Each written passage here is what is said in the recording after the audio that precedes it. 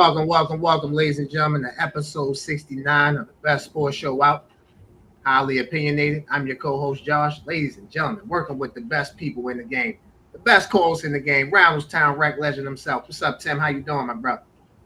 What's so good, man? Everything good. Can't complain, man. Been working all weekend with this snow, making some nice money, man. So I'm feeling good today, man. I hear that. Always a good day where you can make some money. You feel me? Always a good day. I love to hear that, brother. Keep up the great work, bro. Nothing like having your own, nothing like being able to go make some money on your own time. You feel me?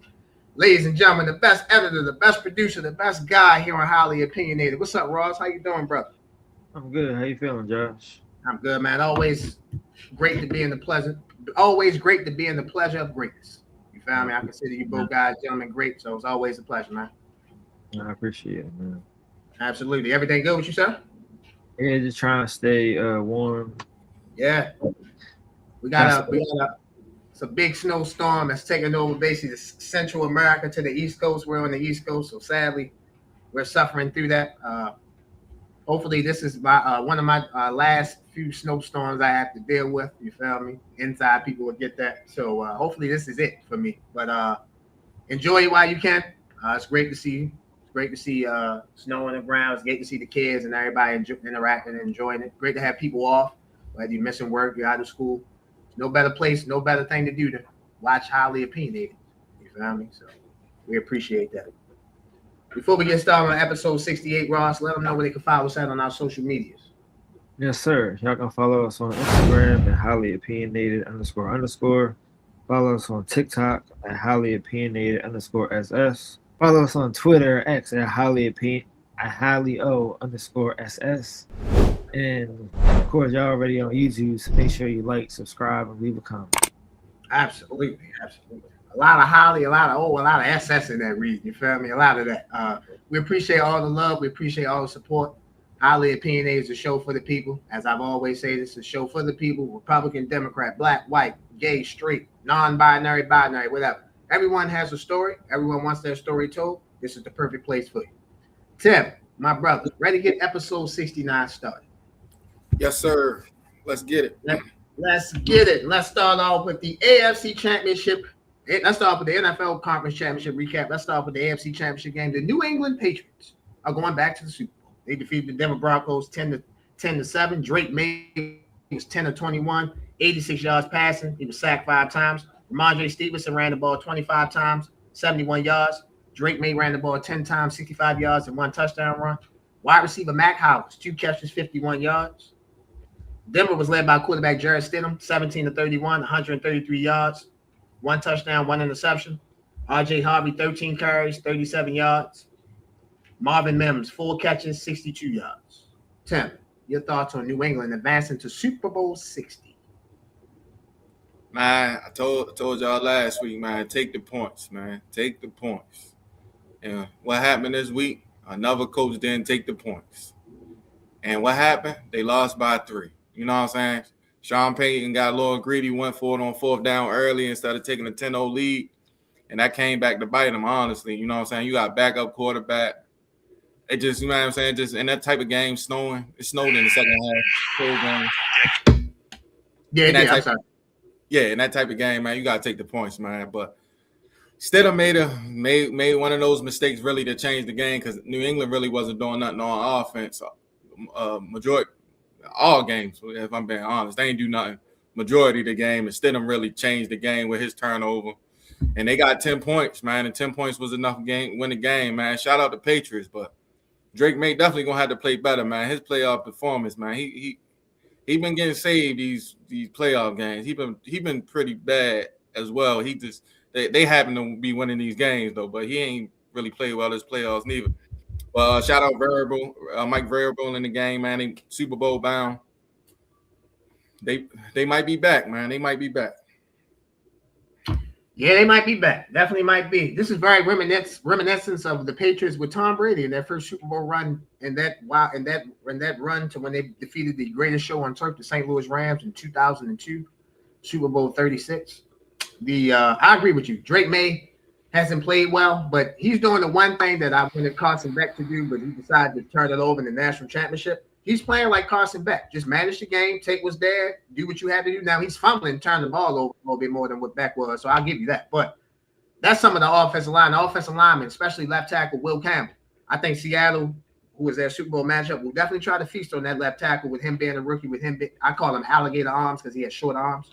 So I definitely think New England will have to play better. But as far as them going up to Denver, I agree with you 1,000%. The play changed in the first quarter. It was 7-0. Broncos went forward on fourth down. That was the game. Because if they get up 10-0, they probably win the game 10-7, kind of like what the score is now. The Patriots scored 10 points in the game. The Broncos had an opportunity to get 10 in the game, and they decided to go forward on fourth down. I maybe I'm old school, maybe I'm young, maybe I'm dumb. I have no idea. If I have a chance to get points, I'm taking points. This is not college football. This is not high school football. The kickers get paid too. So, bro, we on the 20-yard line. Bro, you got to go out here and earn your damn money. Kick the damn field goal. And let's get up 10-0. Let's end the game. But good old offensive coaches, man, you know they got that itch. I got to go. Let me get up 14-0 instead of being up 10-0. So, for me, I thought it was a bonehead mistake by Sean Payton. And I felt like essentially that cost him the game. And then in the second half, hindsight 2020, the weather came. So now it's going to be super hard to move the ball. You already have a backup quarterback. Hey, Tim, I'm going to give you an expression. I can beat you with one hand tied behind my back. I can't do nothing with both hands tied behind my back because now I can't defend myself. He had two hands tied behind his back, and Sean Payton had two hands tied behind his back. And the sad part about it is he handcuffed himself because he should have took the field goal. Take the points, especially with a backup quarterback, especially in the playoffs. You know better. You should do better. That's why you're going to Cancun, and that's why the Patriots are going to Santa Clara. Be that as it may. Congratulations to Mike Vrabel. Congratulations to Drake May. Congratulations to Robert and Jonathan Kraft on returning back to the Super Bowl. Shout out to the Patriots. Defensive win. Next game we're going to recap. I wish these teams could play each other 4 times. I wish they could play each other 4 times just because it's going to be a great game. It's going to be something epic. The Seattle Seahawks defeated the LA Rams 31-27. Matthew Stafford was 22 of 35, 374 yards, 3 touchdowns. Blake Corum, 9 carries, 55 yards. Kyron Williams, 10 carries, 39 yards. Puka Nacua, 9 catches, 165 yards, 1 touchdown. Devontae Adams, 4 catches, 89 yards, 1 touchdown. Seattle was led by quarterback Sam Darnold, 25 of 36, 346 yards, 3 touchdowns. Kenneth Walker, 19 carries, 62 yards, 1 touchdown. Jackson Smith and Jigma, 10 catches, 153 yards, 1 touchdown. Cooper Kupp, 4 catches, 36 yards, 1 touchdown. Tim, your thoughts on Seattle advancing to the Super Bowl to take on the New England Patriots? You know, I'm an Eagles fan, but you know, I like the quarterback over there. So, you know, I was smiling at this performance because everybody was telling me, man, he don't play good in big games. We gotta see what he do. You know what I'm saying? I went on check my Facebook right when the game was tight. Somebody was like, he about to throw an interception. I just know it. I can feel it this way he do. My guy proved everybody wrong. You know what I'm saying? Because you know what I'm saying? I think I should be called the quarterback whisperer. Because I'm gonna give y'all another quarterback to look out for if he resurfaces. But man, that was a great game, man. Trilogy battle. Man. Can I ask the quarterback? What quarterback? It might be in my takeaways. I'm trying to debate now. Okay, I got you. Yeah. But yeah, man. You know, you got man. So great game, like you said, man. They tried, in my personal opinion, I think they try to save the Rams with that taunting call. You know what I'm saying? Players get to dance. I ain't gonna get too much into it, but I think they try to help them out a little bit. But it's all good. The right team won. You know what I'm saying? I felt like Seattle was the better overall team all year. Like even when they lost the first time, my boy had a bad day, 4 turnovers, and they still only lost by 3? They lost by 3 points. They had a chance to keep the game with a field goal at the end of the game. Yeah. So you know what I'm saying? So man, great game though, man, and that's the performance, right? So you don't see me killing Matthew Stafford today because he had a good game, right? You know what I'm saying? They just ain't have enough at the end. Like the separator in the game probably was the shorty muffed the punt. But I mean, I knew he was gonna muff it as soon as he fell down because he wasn't gonna catch that ball. And he muffed the first one. He lucky the boy he wasn't close enough that first one. You know what I'm saying? That probably was the game changer. But man, Seattle looking good, man. I like what I'm saying, man. Hopefully they can finish the storybook ending, man. Shout out Seattle. Shout out the Rams. they had a great year. And good game, man. Good trilogy. Absolutely. Great trilogy. Like I said, I wish both teams could play. I wish they could play each other 4 times. In fact, ladies and gentlemen, we have that play. Ross, roll it. Come out and change field position. So they'll try and do. Beautiful spiraling deep kick. Smith who bobbled up before. He lost it. Seattle recovers.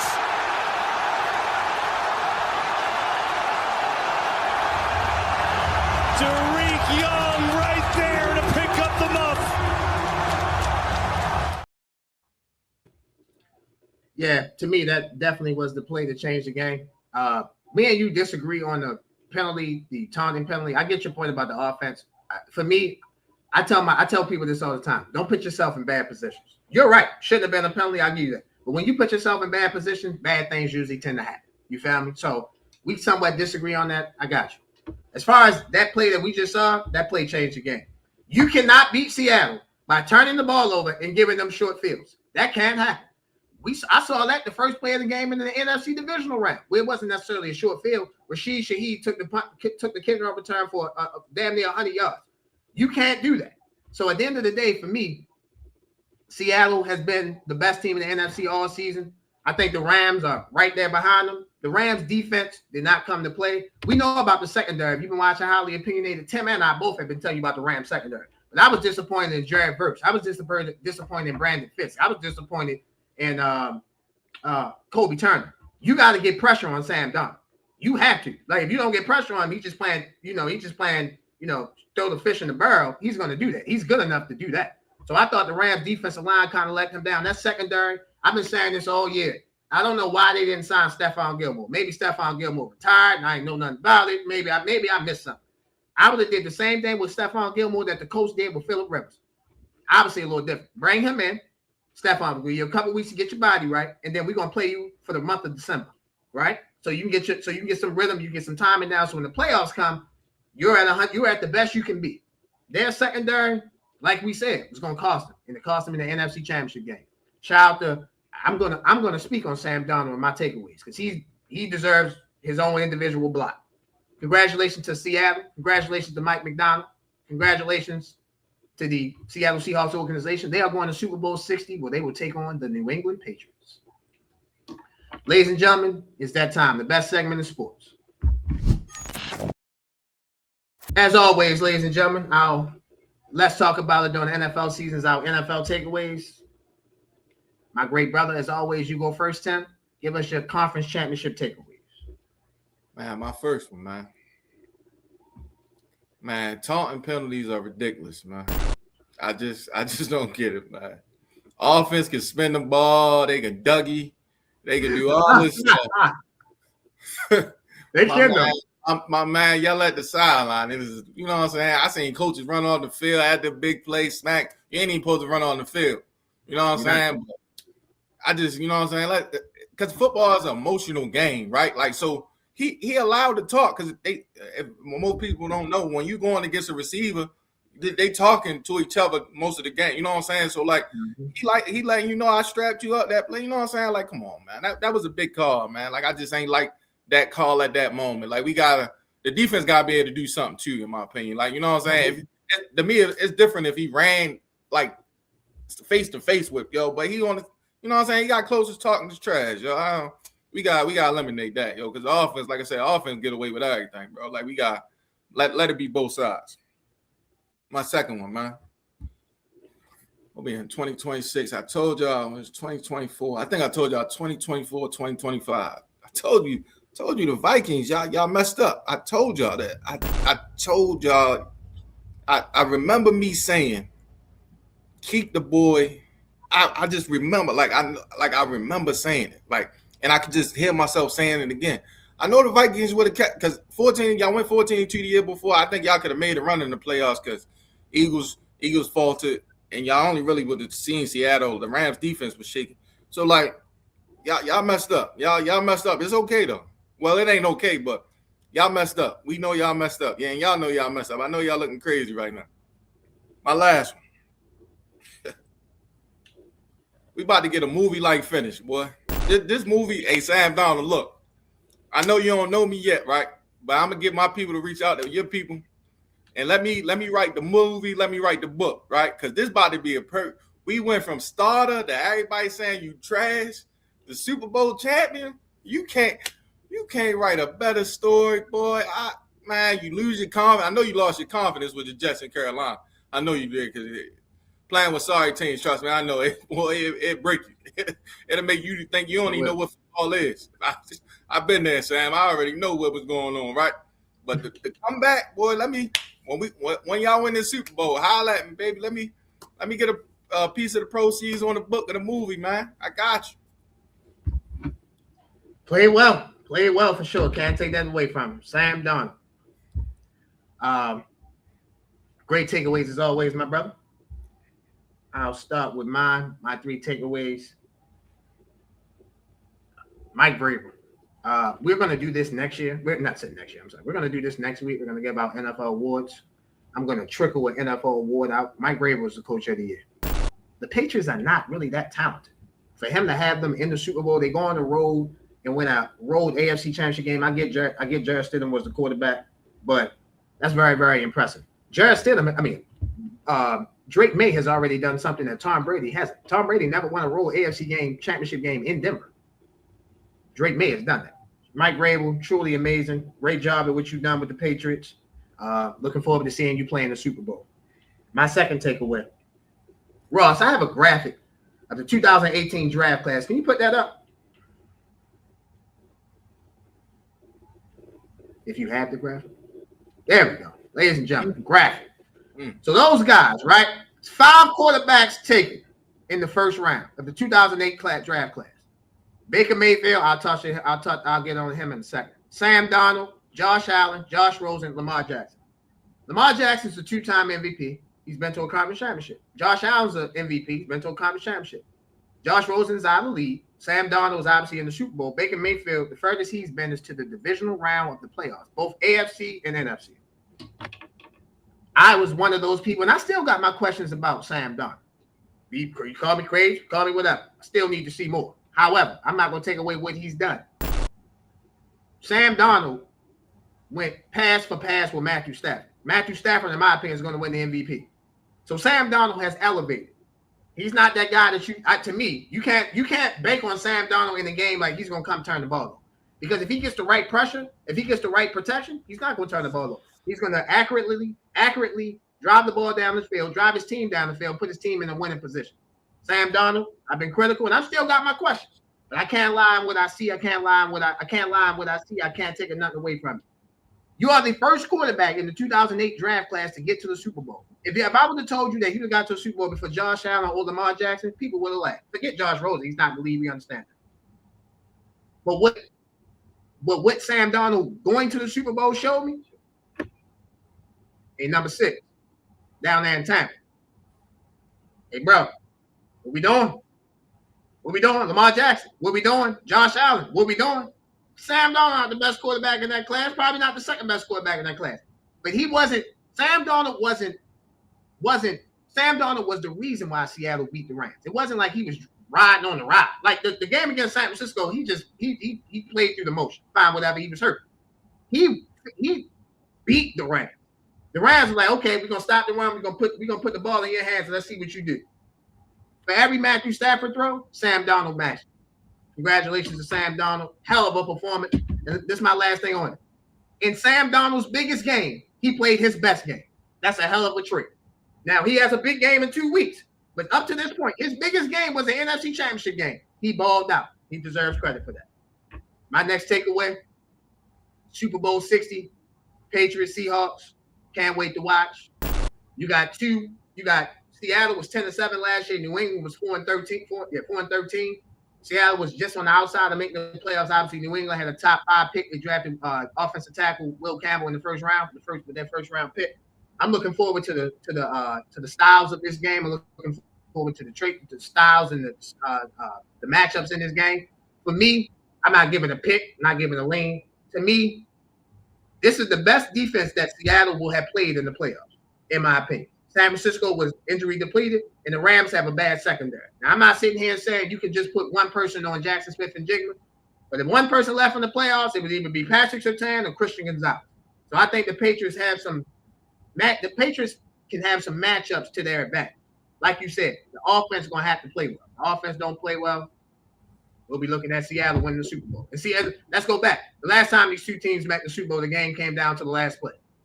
So, you feel me? So, I'm definitely looking forward to Super Bowl 60. Super Bowl 60 will be Sunday, February the 8th, 6:30 on NBC. The game will be called by Mike Tirico, Chris Collinsworth, Melissa Stark, and Kaylee Hartar.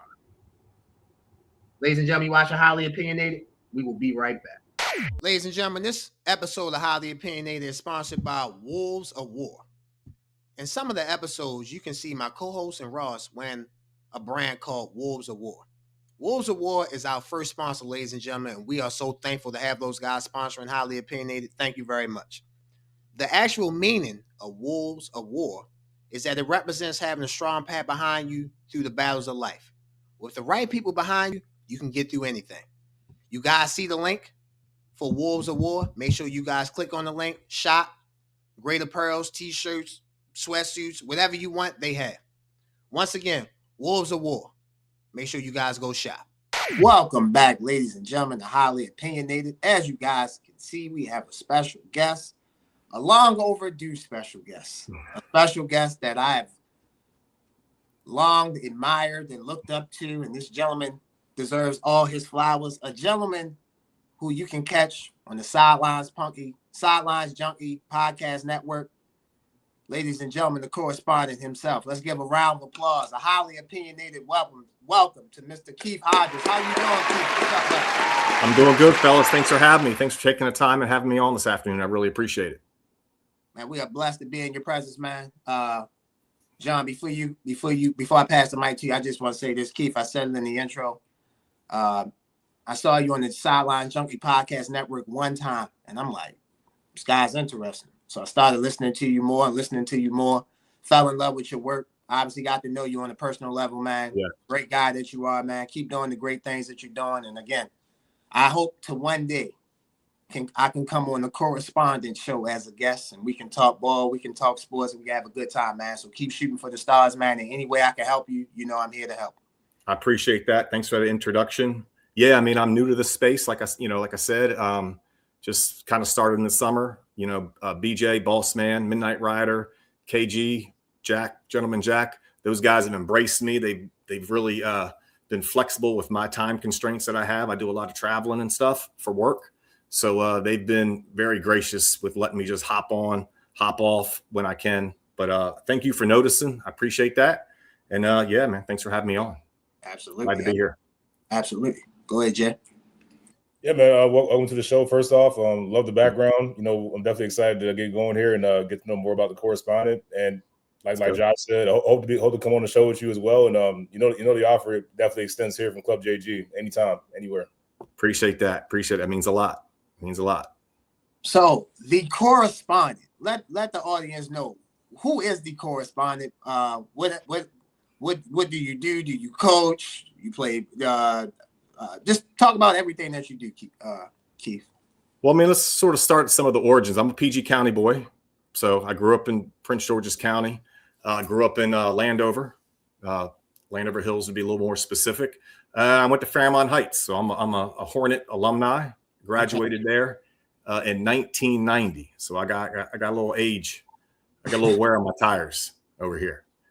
But really had a really good, upbringing and high school experience. And really in high school, I was good at a lot of sports, but golf is sort of where things kind of went. So like I was a good basketball player. I didn't play I could have played on the high school team, but I would run with the ones during gym, in the center court where everyone else played off to the side. When we played football, I was quarterbacking and things like that. So I was a natural athlete. I wasn't elite really at anything, but I had great hand-eye coordination and things like that. But Ralph Payton over at Fairmont Heights, rest in peace. He had a golf club in his office, and I didn't know he played. So at that point, I'm 15 years old, freshman in high school. We're in there talking. He's trying to talk me into playing football and stuff. I'm like, nah, I think I'm too small. things like that. And he had a golf club. He had a putter. I went and picked it up and just was like, it was like, man, you grab that thing like you know how to play golf. I was like, yeah, I've been playing since I was 7, off and on, not all the time. So he's like, well, I'm putting a golf team together. We've never had one here. And I'm like, all right, all right, bet. So we went around. We got linebackers. We got guys off the basketball team. Anyone we could find to field a team, we did, because he loved to play and I loved to play. So Lake Arbor was our home course. I mean, that's in Largo. I don't know if the course has since closed down. The community Lake Arbor is obviously still there. So that was our home course. I immediately got a job there. I started working the driving range and working in the cart barn, spraying the golf carts when they were done. And what happened was my dad worked for the phone company. He worked down off Chilham Road. So he would drop me off like 7 a.m. I'd work 4 hours that day, right? And then he'd come back and pick me up in the evening, 7 p.m. He's working overtime, and I would play golf over and over and over again. And I went from like a 15, 16 handicap to 4 in just about a summer. Wow. Pretty amazing feat. So then once that started happening, I started playing with the members of the country club, because that was a semi-private country club at the time. And then that graduated to playing on the adult team. I was just a kid playing on the traveling, men's country club. We would go to Bethesda and play them. We'd go to Woodmore and play them. We'd go to different courses and play them. So I was exposed to a lot kind of early. And then really the next thing that happened really with golf and with me was I was really involved in the golf hustle game that was approaching it, that happened in the Mid-Atlantic in the late 80s and early 90s. There's legends like Bama Slim, South Carolina Tony, Fuzzy, Bobby Zavarik. We would travel and gamble, like big time hustle and gambling. So that was a unique experience for me as well. Go ahead, Jay. Oh yeah. So I guess like when did you know that like golf is like your first love as far as sports? When was that moment that you had where it was like I love golf. This is something that like this is my passion. This is my love, like my number one sport. What was that moment that told you? Golf has run hot and cold with me a little bit, to be honest. It's a frustrating game. I mean, it's like you could hit a ball, tee it up again, the wind could change, and maybe you can't. It's hard to be repetitive, right? So that's a challenge. So golf is a very, very mental game. Which was an unlock for me was when I discovered that, you got to play golf like you play pool. You got to be a shot or two ahead of yourself. That fairway looks great, but you got to have a plan to get there, and you got to have a plan after you get there, So it really teach some life skills. But to answer your question, I guess right there in, high school, it became a thing. The Journal came out that year. I was a freshman and did the Prince George's County Journal did a whole write-up on me and the team. And I was like, maybe there's something here. So I just pursued it all in. I really didn't have a choice, because it was either run the streets, to be honest, or go to the golf course. And it's just, I was so welcome there. There were so many people that took me in, gave me rides places and things like that to get to all the events. All of a sudden I'm traveling, I'm going across the Bay Bridge. These are spaces I'd never been.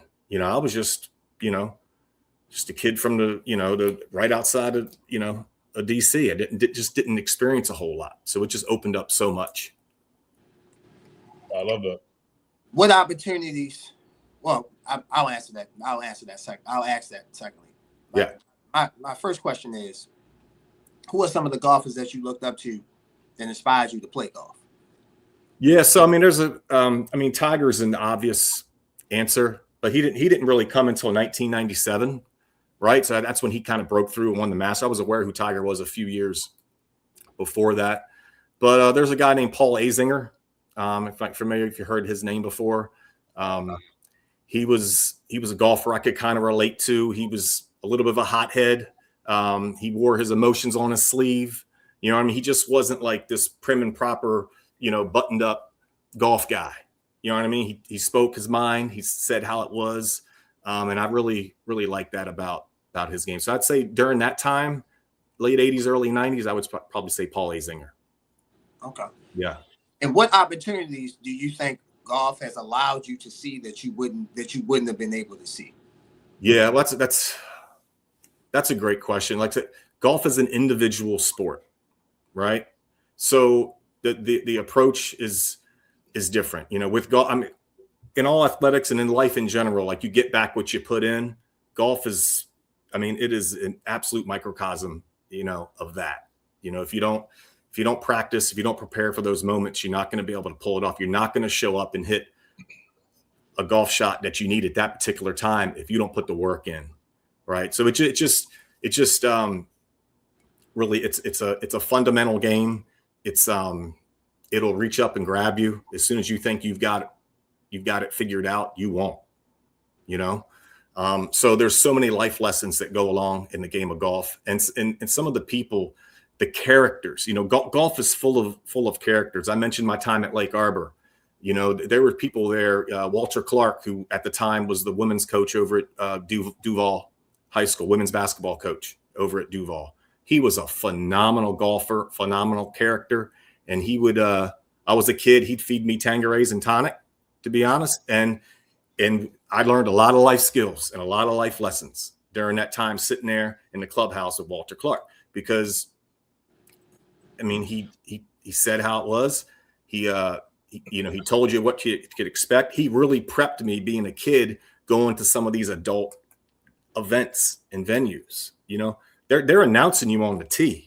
You know what I mean? They're saying your name. I'm just, you know what I mean? I'm just a kid. They protected me in the order and tried to do it. It's like a Ryder Cup setup, those types of things. It's individual, but it's team. Like, it means something. You know, you're playing for your club, you know? So those are the types of things that take away, that I implement now, you know, into my life and into my golf as I see it now, which is not as serious, obviously, as it once was. Go ahead, Jay. I guess, leaning more towards like today's golf, you know, we see Scotty Scheffler, we see Rory McIlroy, we see Bryson DeChambeau. Yeah. Who do you think is that next rising star that's going to get to their level? Like the guy we may not know about, but is on his way. Like who would you say that golfer is in today's game? So this weekend, there's an 18-year-old kid. His name's Blades Brown. That is one hell of a name for a golfer. Blades. That sounds like a star. Blades Brown. He shot 60. JB, he shot 60 on Friday. 6-0. That's 12 under par. I mean, that's a phenomenal score. He was actually a sponsors exempt. He's turned pro already. No college, no homeschooled like his last 2 or 3 years of high school, right? I mean, he's been bred to be a professional golfer, and he proved. I think he came in like 20th place or something in a tournament this past weekend. So I think he's well on his way. He's the guy that I got my eye on for sure. Blades Brown. I'm gonna remember that name. That's an easy name to remember. I'm gonna immediately know who that kid is. Like it sounds like just off the name alone, he's born to be a star. Yeah. I don't know a thing about him yet, but now that I hear about this, I'm gonna keep an eye out for sure. Yeah, please do. I think he's something special here to come here in the next couple of years. So is he eligible? Like how long does he have to wait to turn pro? So he's already turned pro. Already turned pro. pro. Okay. There's a difference between being a professional golfer, like you see at a golf course, right? The guy that sells slacks and greens fees and gives you your cart keys, and a touring professional. Right? Those are two very, very, very different things. I almost went the pro golfer, country club pro gives lessons, that kind of pro golfer. I almost went that route, and I just didn't. I saw the guys at the golf course. They were working their ass off from 6 a.m. to 8 p.m. They weren't playing any. I could beat them at golf, all of them, at the time when I was a kid, because they weren't playing. They used to play. They used to love golf. Now golf was work, So what was your question again, Josh? Sorry, I kind of went off there. No. That was my. I was basically, you telling me that he's a pro. So is there any chance he could right? In the match coming up in March and April? Every tournament you have to qualify for or be invited to. Like you take the majors coming up. We got the Masters in like 70 some days. Like if you either have to have won that tournament previously, which you're exempt for life, or be a top 75 ranked player in the world, or won some sort of amateur tournament or qualified that way, right? So not every golf tournament's kind of created equal. Some are invitationals where the sponsors, you have the Travelers Championship, right? That's a big insurance company. They might have a few people that they want to play that they can promote for their business. Like Blades Brown this weekend at the Amex, he was a sponsor's exemption, right? So he took, like, now he's going to qualify for some more future tournaments than maybe he wouldn't have for sure now by posting a good place, finishing in a good spot in this tournament. So now that's going to trigger more and more additional opportunities for a player like himself as he moves forward. So every tournament's just a little bit unique and has its own sort of qualification to get in. Okay. Yeah. My last question on golf is, yeah, obviously you know so much about the game. You said that you didn't want to work at the country club because it became less about playing golf and more about work. And golf is not something that you want to work. It's something that you actually just want to like concentrate on and play or perform or execute, I should say. Have you ever thought about maybe at a high school or maybe at a local college ever becoming a golf teacher or a golf instructor? Maybe again, not on the country club level because it's not that's more work. But maybe full disclosure, bad job by me. I should have been a golf coach, a high school golf coach a long time ago. You know, I could still do it, you know, I think an opportunity may happen for me here close by, but it's something that I regret not passing the Walter Clark, the Bama Slims, the people I was talking about. Like I need to be doing more of that. I don't know if you noticed on the shows that I do, I say I'm the ambassador for golf now. Like I sent KG a set of clubs. Like I want people to play, you know, I want to get people out there. This is a game. Like I've got an 18-year-old daughter. I can be 75, you know, and play golf with her. We can get out there, you know, on the course. So it's something that we can do together. You can do with your friends and your loved ones at an older age. But to answer your question, that's something that's been in my stomach here for a while. It's a great question. Thank you. Good. I definitely hope you pass your knowledge down to not only just the next generation, your generation, but the generations after that, because it's a terrible thing to have so much knowledge and not be able to pass it on to the next person. That it sucks. You found me? Like you know. So it would be, you know, again, it would behoove us to take the information that you have, because I saw you one time talking about the TGL, the golf league. It's on. Yeah, it's on the night. It's on the night, 7 p.m. So I watched last week. I'm not gonna make it seem like I watched the whole thing because there's a lot of things on. And like right now, I got to get in the college basketball season. So like, if there's no football on, I'm mainly looking at college basketball. That young man you see up right at the top of you, man. We're gonna start covering college basketball in the next couple of weeks. So I gotta get into that. But I did see a shot. Tiger Woods was playing. It was Team Jupiter versus it was two Florida teams, I think, playing last week, and the guy hit like a crazy. I think it was like maybe I don't even know if it was a hole in one. He hit a crazy shot. They were playing inside the arena, and Marty Smith came up and interviewed him. So yeah, it was Jupiter Links versus New York Golf Club. Okay. And Justin Rose, who's an Englishman, he got what's called an albatross. So he made it in the hole in 2 strokes. So the par, you ever heard the terminology par for the course, right? Yeah. Everyone's heard that. So that's really based off of golf terms. So the par for that hole was 5. He made it in the hole in 2. That's called an albatross. If you make it in the hole in 4, it's a birdie. Obviously, if you make it in, you know, if it's a par 5, you make it in 5, it's a par. Wow. Yeah. Go ahead, JG. No, that's right. That's right. The questions I had. Okay. Cool. So obviously, we know you're big on golf. What other sports catches the correspondent's interest? Well, NFL is king. You know, I'm a huge DC sports fan in general, so I love the Wizards. I am an Orioles fan. Yeah, I moved up north of Baltimore in 2000, 2003, so it's really before the Nats came on. I follow the Nats from afar, but I'm really an Orioles kind of guy through and through. But yeah, I mean, I love the hometown football team. Everything about it. I grew up, burgundy and gold through and through all the way. So yeah. And then, you heard me talk NASCAR. I do. It's something I've gotten back into the last couple of years. I've got some neighbors in my hood here. And we love to get together and watch NASCAR. We do DraftKings, DraftKings, just like for football, you do for NASCAR. It's actually more fun than football is. So that kind of got me back into it. And I'm a big Denny Hamlin fan. He's a Joe Gibbs drives for Joe Gibbs. So yeah, NASCAR would be another one. All you DC fans love Joe Gibbs. Swear by Joe. What was Joseph? What's his name? Joe Jackson Gibbs. Joseph Jackson Gibbs. They swear by Joe Gibbs, man. I swear to God. Lee Ice talk about Joe Gibbs every week. Yeah, he's on the Mount Rushmore of DC sports for sure. Yeah, you can make a case he's on the Mount Rushmore of coaches. For him to win 3 Super Bowls with 3 different starting quarterbacks. Yes, sir. From 100%. Doug Williams. Obviously, Doug Williams get a much acclaim, the first African-American quarterback to win a Super Bowl. He won a Super Bowl with Mark Ripken and won a Super Bowl with Joe Theismann. Joe Theismann. I gotta forget Joe Theismann, best quarterback he ever had. So yeah, Super Bowls for him. You mentioned the Wizards. What do you think about the Trae Young move, and do you think Trae Young plays for the Wizards this season?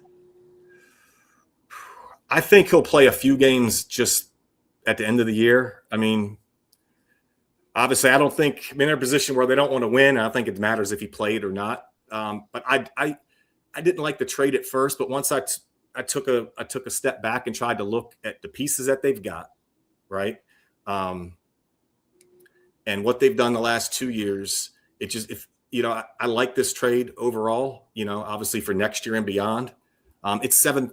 Is it 7 pick protected or something like that? Is top that top 8 protected? Top 8 protected. So. Yeah, I mean, I like the trade. I like Trae. He needed a new look. He needed a change. I'm worried about the coaching staff here. If that changes, how that dynamic might look. Because I don't know if the current coach is long. I think he's building blocks, and then they're going to bring in somebody to, take it to the next level. But I do like the trade overall. Gotcha. JG. I was kind of I wasn't shocked by the trade. I was more shocked that Trae said he wanted to go to DC. Like the Hawks, I thought were playing better without Trae Young, so I thought the trade was imminent. But when I heard Trae Young say that, like, I want to go to DC, I was like, wait a second. I don't think I've ever heard that in the past 20 years. I'm like, this guy wants to go to a team that, let's be honest, I mean, they're still a bottom feeder. They've been a bottom feeder since the John Wall, Bradley Beal days. And so I'm wondering, what is it that Trae Young is seeing that we don't? Like, I know I see the young pieces there. Alex Sarr, Bub Carrington. I see some of the young pieces there. Yeah, Trey Johnson. Yeah, Trey Johnson too, a recent draft pick, of course. But like you said, like, what is the stability of the Wizards right now? The coaching staff seems to change. It seems like every few years. It's hard to build a culture and build stability if you're cleaning house with a coaching staff every few years. So what future does Trae Young have a real future staying with this franchise? Or do you think that eventually he's going to be a tradable piece to bring in somebody else? Like, where's your head with that? No, I think he's long. I mean, first of all, I don't think he had a lot of options, a whole lot. And I'm sure his agent was in his ear, letting him know what landing spots were probably reasonable and attainable. That's when, Trae Young, after looking at things, said, yeah, DC, I could see myself going to DC. I want to go there. So I think it was a business decision and a fit decision for him, a little bit of both. But yeah, I do think he'll be here for the next 3 or 4 years, part of this team. I do. I mean, they're going to need the leadership. They're going to need the outside scoring, right? Someone to direct this offense moving forward. Like you mentioned, JJ, you mentioned the coach. That is a bugaboo for me. I'm worried about that. They're going to have to bring in a heavy hitter. Somebody can put it all together. I agree. Who do you think is the heavy hitter out there? Who do you think is on the market or could be on the market that's the guy that's going to be – they're going to take the Wizards and be the new Oklahoma City Thunder? Like, who's that guy that you think could be that? Or is it an unknown that we may not know? Yeah, I think it's an unknown. I'd love to see – I mean, obviously, an up and coming guy, but not a retread either. Someone that is somewhat on the younger side that can bring innovation to the team and some juice, if you will. Who that is, I'm not exactly sure, but I know kind of what I'm envisioning and looking for. I just really don't want a old retread more than anything. I get it. It seems like not only in the NBA, but the NFL, we see like the trend is now, let's get the younger coach, the guy that has not been anywhere close to being a head coach before, but comes out of nowhere. Like we see Ben Johnson with the Chicago Bears. We see the Baltimore Ravens hiring Jesse Minter, a guy who's a defensive coordinator, started in the building, became coordinator. A lot of people didn't know about him, but then they started to get to know him as the Chargers defense started getting better. So right. I think we're on this trend of like, and I think Sean McVay is kind of the pioneer, so to speak, when it comes to these young coaches that no one knows about. The guy hasn't even turned 40 yet, and he's been to 3 NFC Championship games. And won a Super Bowl. So I think we're seeing more of that, and that could be. I agree. I think it should be an unknown, somebody that we don't know. But this Wizards team has talent. It's hard, it sucks to seeing how it's been tough season after tough season. You wonder when are one of these picks going to start hitting, and when does the team start getting better? The coaching still matters. The leadership still matters. Trae Young definitely brings leadership on the court, but they definitely still need that guy that's going to, set the culture and begin to get these young players to start ascending. Yeah, JG, let me say this. I will say that it looks a little different than it has in the past right now, and it feels a little different to me with the rebuild. Okay. It feels like they are starting to the ascend up, where in years past it was just meddling, right? Just hoping it got better. It actually feels like a plan has been implemented, and now flowers are starting to grow. It does feel, and it looks, more importantly, it looks like the competitiveness that you see. Like they're losing a lot of games, but they're pissed. You know what I mean? They ain't happy about it. It ain't all right. It ain't all right. I'm with you because like I've watched the Wizards in the past here and there. I've been in a few games. It's like it seems like I hope that Trae Young doesn't turn into this guy, but I watched the years with Jordan Poole. It was most of the game. It was like, all right, give the ball to Jordan Poole, let him shoot 40 times, and maybe he'll get 40 points. Maybe he'll put on a show to get people to buy tickets and sit in the stands and all that for a while. But we're not going to win. We're going to be a crap product outside of Jordan Poole. So I hope that that's going to change. I hope that Trae Young is not going to be that next Jordan Poole type player where he's shooting 35 times a game, but they're losing. Hopefully that starts to trend in the right direction. Because it'd be good for the area. It'd be great for the area. It'd be great for the area. I think the young pieces around him are gonna not let him get away with that either.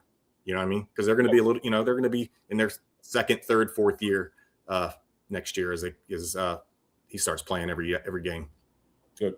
I think Washington should take a model from the number 1 seed in the Eastern Conference, the 33-11 Detroit Pistons. They sucked. Yeah.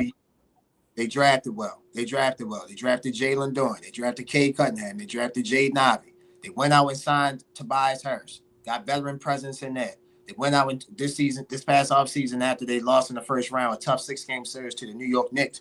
They went out and traded for Duncan Robinson. I think if I'm the Wizards, let's get our pick. We want that pick. Let's get a top 6 pick. There are about 10 fantastic freshmen in college basketball. You can get your hand on one of them. You should be. I'm a Duke fan. I can't stand North Carolina. If North Carolina was playing Iraq, I would take Iraq. But they do have a fantastic freshman in Caleb Williams. Caleb Wilson. Yeah. A freshman from North Carolina. If I'm Washington, I would love to get my hands on, for him to get on my team. AJ DeBasa, Cameron Boozer, Peterson from Kansas. So it's a lot of freshmen. Cole Pete from Arizona. It's a lot of freshmen that's out there that can play.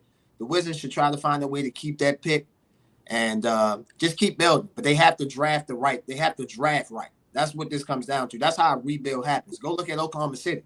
Yeah, they excelled with the Paul George and the Shea Gilgeous-Alexander trade for 5. They excelled. Why? Because they drafted right. They drafted the kid from Kentucky, number 22. What's his name? Casey Wallace. They drafted him. They got Lou Dort. They drafted Chet Holmgren.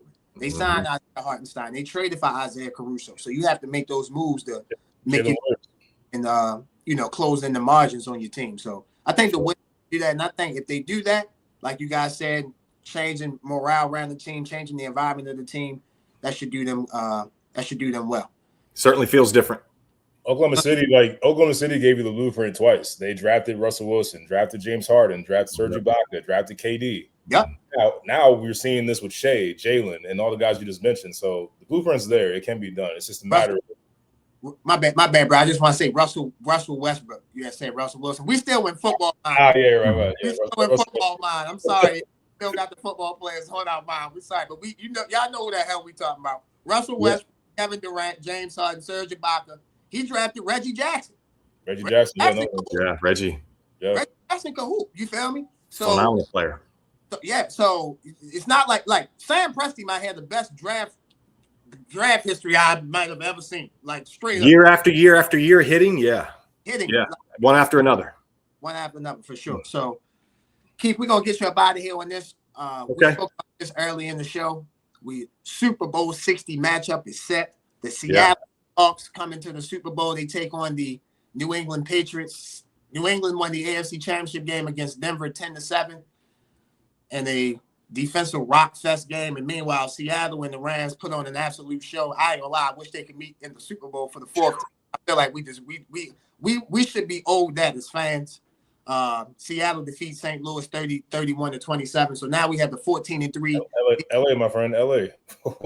Say it again. In the back a few years, you said the St. Louis Rams. Oh man, I'm sorry.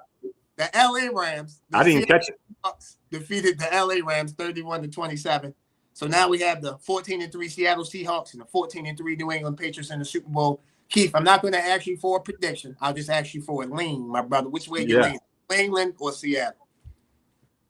So, I mean, look, after what we saw yesterday, it's real easy to say, I'm all on Seattle, right? Like, they look phenomenal. JSN. It was nice to see Darnold break through.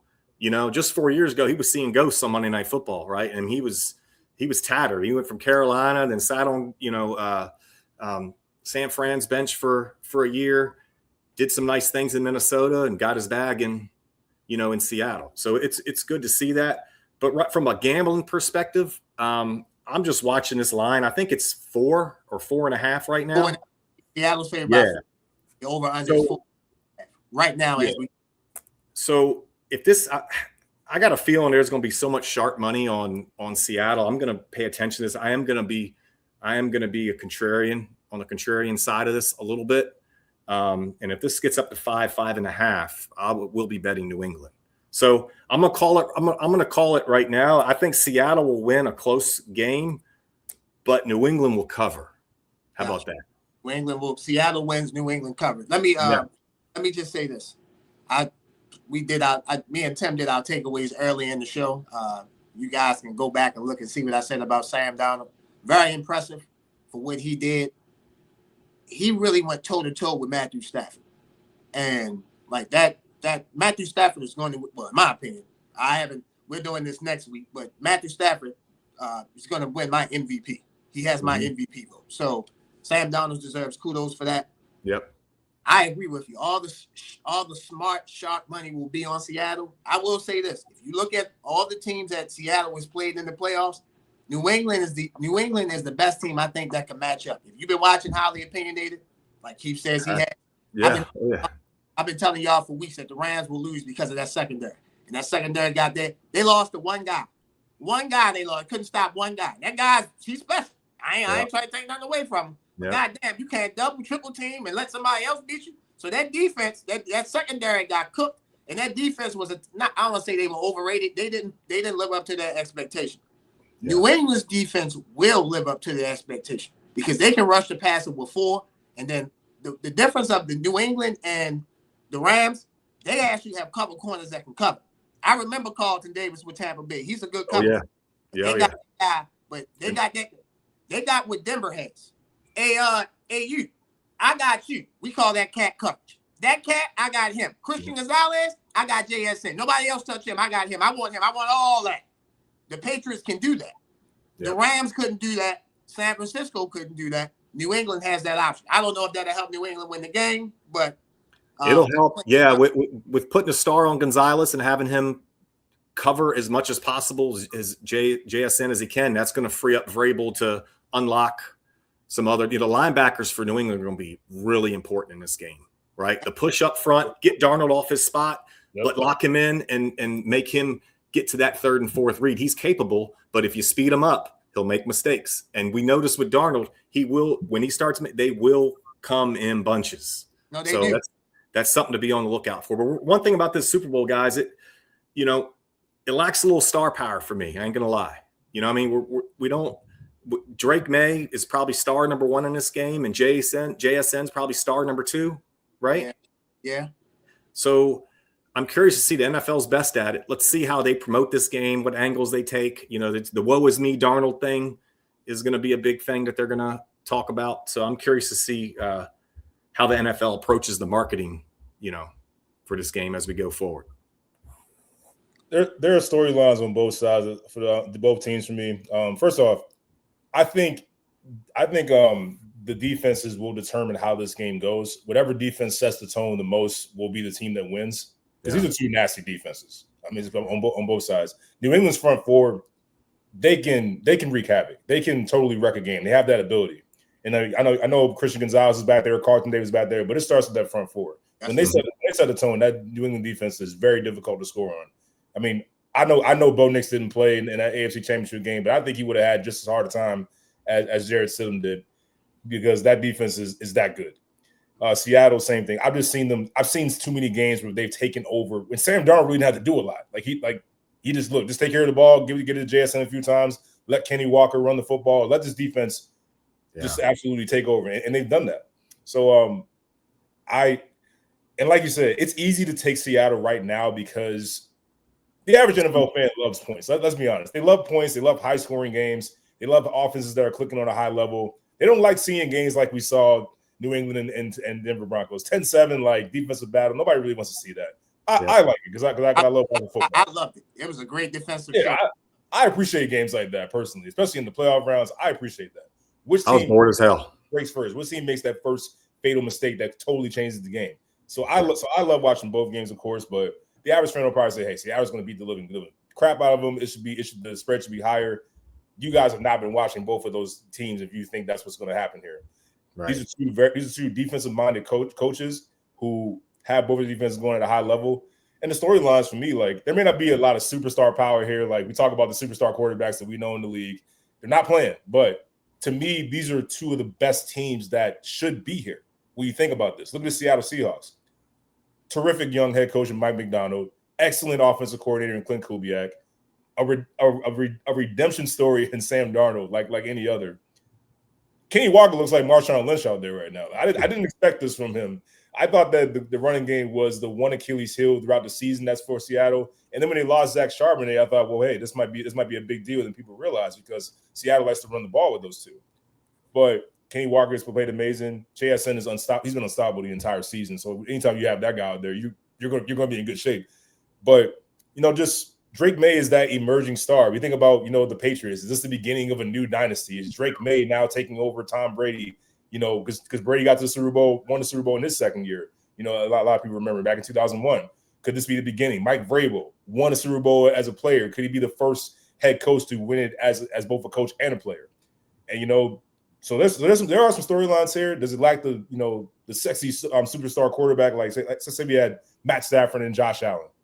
You probably have people buying into it, saying oh wait, we got some stars coming out here. But I think people need to pay attention of how these teams have played. These are two of the most complete teams, and I think that we're in for a sneaky, really good matchup that people probably didn't see coming. Yeah, and how about these coaches, guys? Both in their second year, right? We're both 14-3.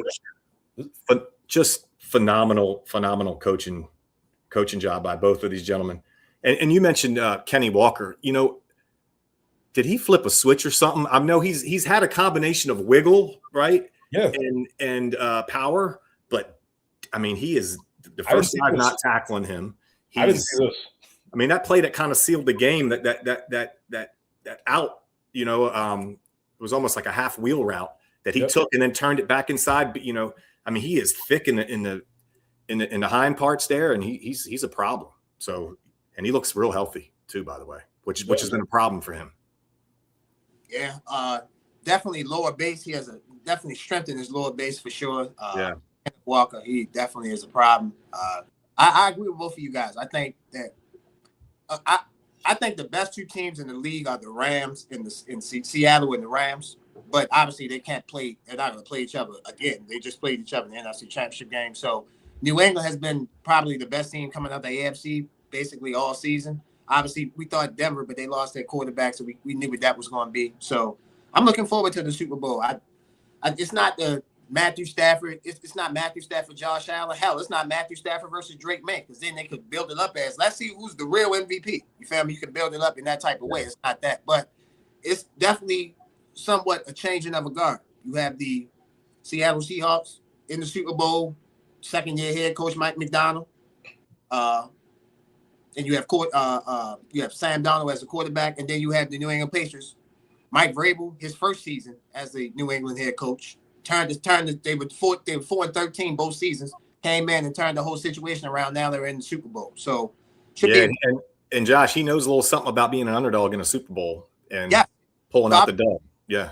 Super Bowl that New England was in against St. Louis in New Orleans, 2001 it was in 2001 after 2001 season, September the 11th.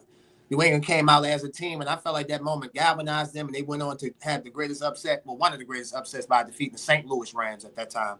Yep. Greatest show on turf. So I think this Patriots team could history repeat itself. I will say this. Obviously, ladies and gentlemen, let me say this. I do not think Drake May is better than Tom Brady. Let me repeat that again. I do not think Drake May is better than Tom Brady. Let's make sure we highlight that.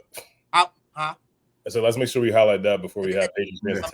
I think Tom Brady is the best quarterback to ever play football. Okay, I just want to put that. Yes. But I will say Drake May has done something that Tom Brady did not do. He won an AFC Championship game in Denver. Tom Brady never won an AFC Championship game in Denver. And that's trust me as a Tom Brady fan, supporter, whatever you want to call me, like delic, nut, whatever. Like I hated when I knew we had to go to play. It's over. We're not winning there. So big shout out to Drake May. Shout out to Josh McDaniels too. One of the best. Josh McDaniels is not a good head coach. He's a brilliant offensive coordinator. Unbelievable. Isn't that crazy? For the Patriots. He does not. Josh McDaniels is not able to go anywhere else as an offensive coordinator but the New England Patriots. Anywhere else. Facts. And whoever, if Mike Vrabel one day gets fired or quits, whoever comes in, just let Josh McDaniels stay as the offensive coordinator. You don't need to move nothing else. Just keep him as an offensive coordinator, and you can go worry about whatever you need to worry about. So don't even promote him. Keep him in OC. Right where you at. So hey, real quick, the PFF scores came out for the NFC Championship. Who do you think were the number one and number two highest rated players in that NFC Championship game? I would say the quarterbacks. Nope. It was. Think about it. It was JSN and Puka. Oh, JSN. I was only about to say it had to be like those two guys. Yeah, but both over 92 score. I mean, that's kind of hard to do. I think almost a perfect game. I think those two are the two best wide receivers in the NFL. With all due respect to Jamar Chase, with all due respect to Justin Jefferson, with all due respect to whoever else you want, CD Lamb, with JSN and Puka Nacua, when he gets the football in his hands, he's dangerous. Like he's looking to run you over. And JSN, he just has the best hands in the NFL. Like he makes one hand catches look like, oh yeah, that's just normal. Let me just grab that. Come on, let's just go. Like he's true. They both are truly amazing. Like Matthew, Sam Darnold, they thank the heaven above for JSN and Puka Nacua for sure. The catch radius for Puka Nacua and JSN is ridiculous. You can throw it anywhere. Some of these passes I see Stafford throw to Nacua. It's like other guys. It's probably an interception or an overthrow or pass break up easily. Nacua just snatches it out of the air like it's nothing. And JSN just, like I said, unstoppable. There isn't much you can do with this guy. I mean, you can try, you can double, triple him if you want to. He's still gonna get open. If he's not on this team, Seattle might win 5-6 games.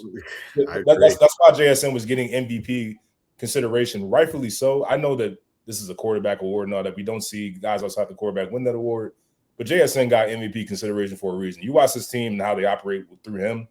You can put him in the backfield. You can put him in the slot. You can put him anywhere on the field, and he can kill you.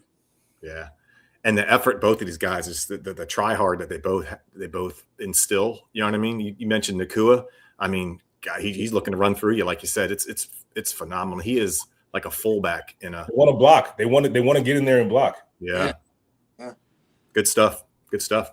Keith, I promise you, before we let you go, last Yeah. question. Yeah. Quick answer. I'll ask both of you guys. Quick, yes or no. Was Sunday at Seattle Matthew Stafford's last game in the NFL? Yes or no? No. Not a chance. I agree with that. I thought that when they asked Sean McVay after the game, he was like, "What the hell are you talking about?" Like I would react the same way. Like, bro, my man just had the best season of his career. We lost to a team that, we lost to them 2 out of 3 times, but all 3 of those games could have went either way. We trying to improve our team to get back in this position and hopefully get over the hump. If you look at the Rams, they lost to the Eagles last year in the divisional round. They lost to Seattle this year in the NFC Championship game. So obviously the next step would be getting to the Super Bowl. So I agree. Quick question on Adams. Is he under contract or do we know? He is under contract. He will for be next year. Yes, he signed a 2-year deal going into the offseason. Not let's just say, in the NFL, they don't do the NBA deals where it's a 1+1. Like you sign a 2-year deal for 2 years. So he's there for player options. I don't think they do that in the NFL. Yeah, I mean, Stafford's playing unless his wife says he can't, because I know she likes to get involved a little too much. But I hope he selfishly, I hope he plays because he is a phenomenal quarterback, man. He's exactly what want my quarterback to look like and act like. Yeah, Matthew Stafford. I don't think there's ever been someone in the second half of their career really elevate like how he is. Like, because we always knew he was talented in Detroit, but if you look at him on the Rams, it's like, bro, it's a whole different person. Like, because I was having conversations like, if he won this Super Bowl, he's a top 10 quarterback all time. Yeah, well, not sustained. You know, I mean, he's resurrected. I mean, he was never down out to count, but Sean McVay's such a good coach, man. Such an offensive coach. Like he's. I guarantee that quarterback, you know, that those meetings them two have together, or with the other quarterbacks and the quarterback coach, like it's got to be it's next level, high level. They're all sharing a brain. They all have a plan. I mean, they got plans. They're not just showing up hoping for the best. Like if defense dictates this, we're doing this. It's just I don't know. Just McVay's just phenomenal, and Shanahan too, for that matter. They're just great offensive coaches overall. So, yeah. Well, Keith, we appreciate you for coming on the show, brother. You are, as I said when I introduced you, you're very humble. You're very kind. You know your shit, brother. And I can't wait today. You have your own show. Just as long as you invite me on the show, JG will be there. Tim will be there, cheering you on and rooting you on, brother. Congratulations on all your success. And I'm looking forward to the Correspondent having his own show, man. Can't wait to come on, man. Keep doing good things, brother. Hey guys, keep doing what you're doing. I love the content. I love the show. JG, nice meeting you. If there's ever something I can help you with, don't hesitate to reach out. It's all love. So thanks for your time today, and we'll talk soon. Definitely, man. Thanks for coming on. We appreciate it. Ladies and gentlemen, this episode of Highly Opinionated is sponsored by Wolves of War. In some of the episodes, you can see my co-host and Ross wearing a brand called Wolves of War. Wolves of War is our first sponsor, ladies and gentlemen, and we are so thankful to have those guys sponsoring Highly Opinionated. Thank you very much. The actual meaning of Wolves of War is that it represents having a strong path behind you through the battles of life. With the right people behind you, you can get through anything. You guys see the link for Wolves of War? Make sure you guys click on the link, shop, great apparels, t-shirts, sweatsuits, whatever you want, they have. Once again, Wolves of War. Make sure you guys go shop. Welcome back, ladies and gentlemen, to Highly Opinionated.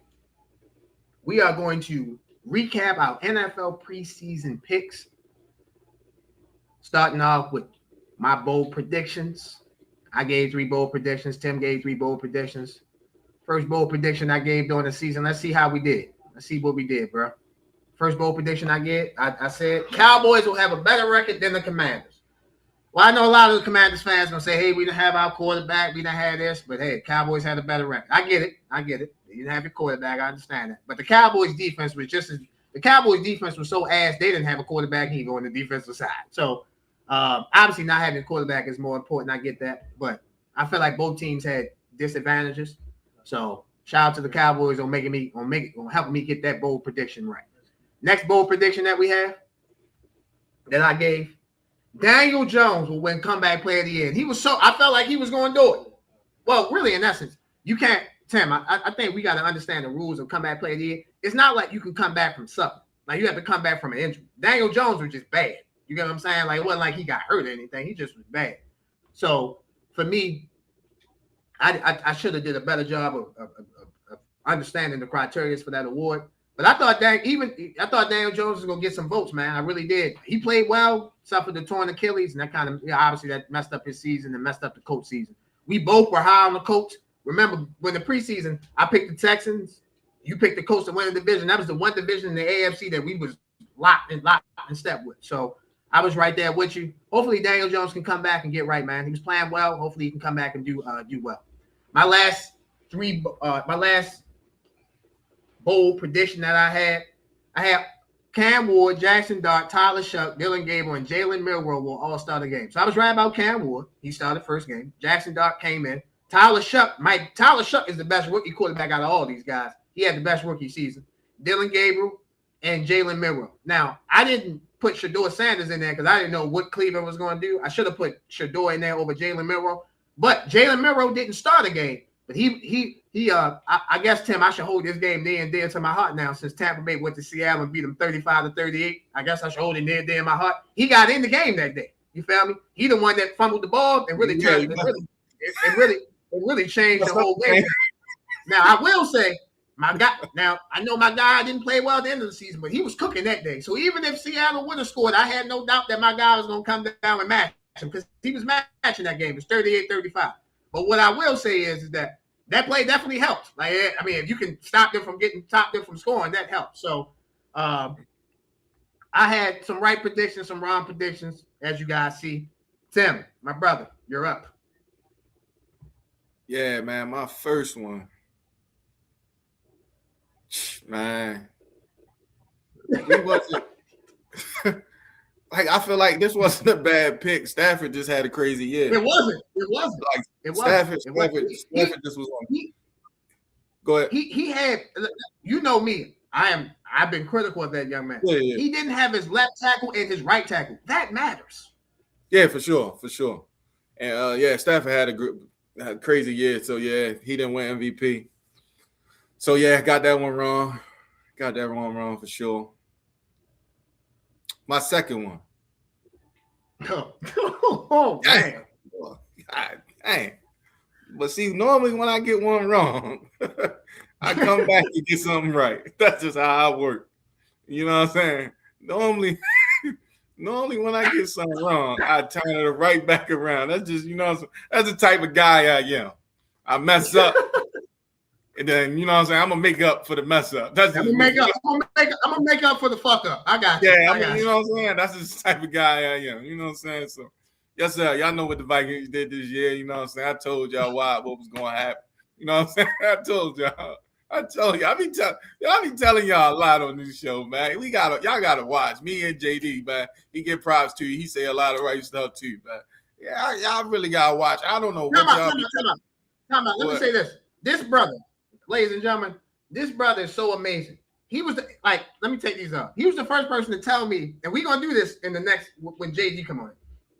He said the Chiefs wasn't gonna make the playoffs. I'm like, bro, what is this guy? Bro, you should have put that in the bold prediction. That would have been it. You could have retired off of that. You feel me, bro? Listen, folks. We do a show. We gonna get things right. We gonna get things wrong, and y'all gonna kill us for what we get wrong. I don't hear y'all hitting us up about the things we get right. I don't hear that.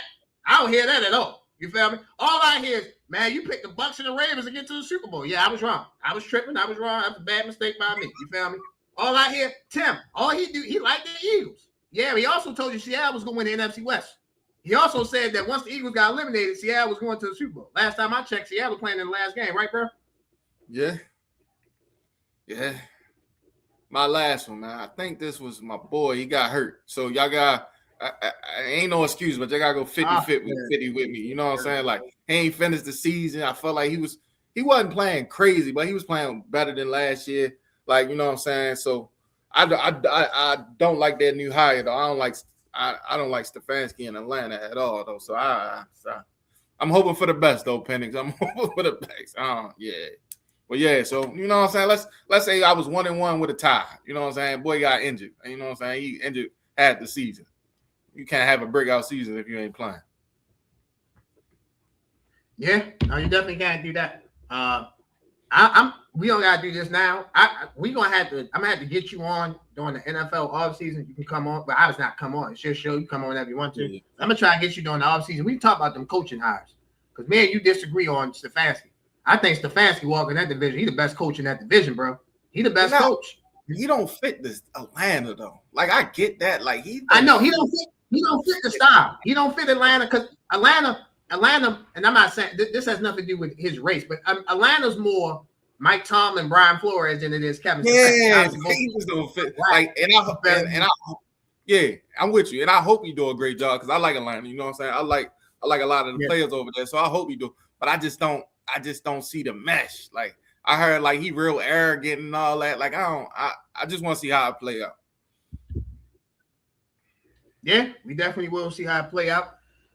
Ladies and gentlemen, we gave our 3 bold predictions. We will do that in August this year or September this year when the NFL season comes right back around. You guys will hold us to the fire as you always do. We look forward to it. So just try to give you guys some entertainment on the show, give you guys what we're thinking about as we head into the season. We don't edit our bold predictions either. Like they are what they are. We can't edit. We can't say, hey, well, this guy did this guy did that. They are what they are. We lock them in key, just like we do the division winners, which we will recap right after this break. You're watching Highly Opinionated. We will be right back. Ladies and gentlemen, this episode of Highly Opinionated is sponsored by Wolves of War. In some of the episodes, you can see my co-host and Ross wearing a brand called Wolves of War. Wolves of War is our first sponsor, ladies and gentlemen, and we are so thankful to have those guys sponsoring Highly Opinionated. Thank you very much. The actual meaning of Wolves of War is that it represents having a strong path behind you through the battles of life. With the right people behind you, you can get through anything.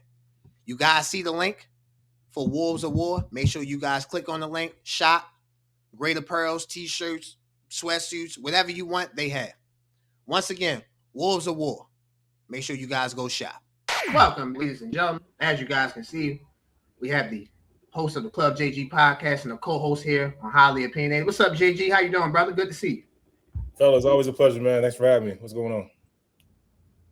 Absolutely, man. We're not going to necessarily say thanks for having you, bro. You're part of the family, bro. So we look forward. We always want you on the show as much as we can get you.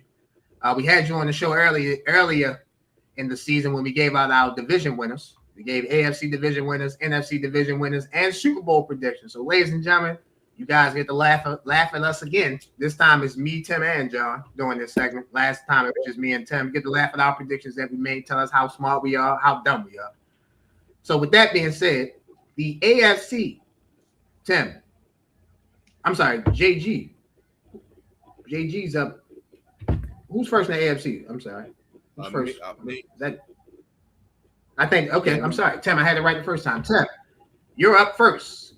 Let's go over your AFC division winners and playoff teams. Yeah, let's check this out. Let's start.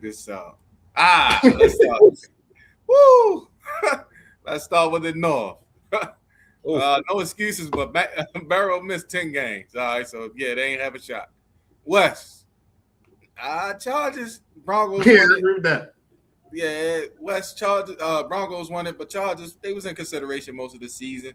East, I don't think nobody got the East right, but Patriots ended up winning the division, but it was still a tight race. South died on me too. That all my hopes and dreams went down when Daniel Jones went down. Wild card, the Dolphins. I don't know who picked them.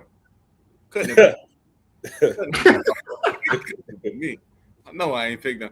Hey, Adam, that got to be a typo, right? That was a typo. But at least Ravens, dang, the Ravens ain't even gonna make the wild. Dang, the Ravens let me down. God, they ain't even make the wild card. I had them as a wild card.